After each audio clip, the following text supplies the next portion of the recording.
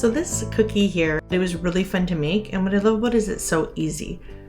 I'm just using thick icing, so there's no need for like waiting in between steps, things like that. It's all my outline consistency, so you can see it's not really melting together, it's not flattening out, and that's okay. I want to kind of leave holes. I want to mix the icing up a little bit, uneven and kind of cool looking. Here, there's so many beautiful trees that have changed color, and the leaves are just this gorgeous red, orange, yellow. So I was kind of trying to get that in my cookie here.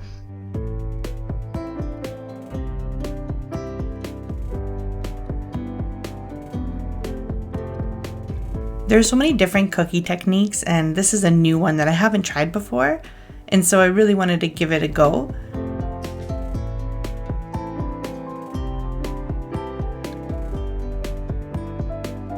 This is a completely different technique than you've seen me use before, you know, using only one consistency, very thick icing, and not waiting, you know, for that smooth icing to dry. So this is a really great way to add some texture and design to your sets.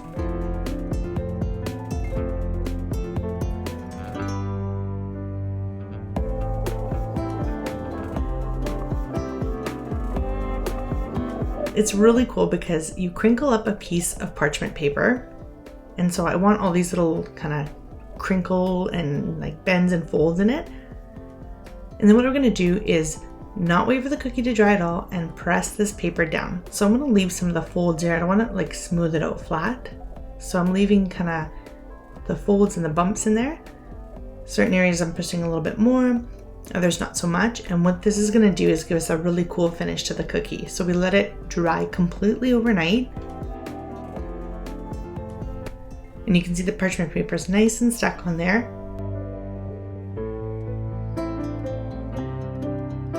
And then you can just go ahead once it's fully dry and peel it back. It should come off pretty easy here. And it leaves us with this really, really cool effect. And so even though I didn't like the icing the way it came out, I still really liked how the cookie came out. And I liked how there's a little bit of holes and like air pockets, and there's different textures and, you know, bumps, but it has this like really cool, smooth, flat surface as well. So let me know what you guys think, if you liked it or not, and should we try this one again? Thanks for watching. Hope you liked it, and see you in the next video. And as always, happy baking.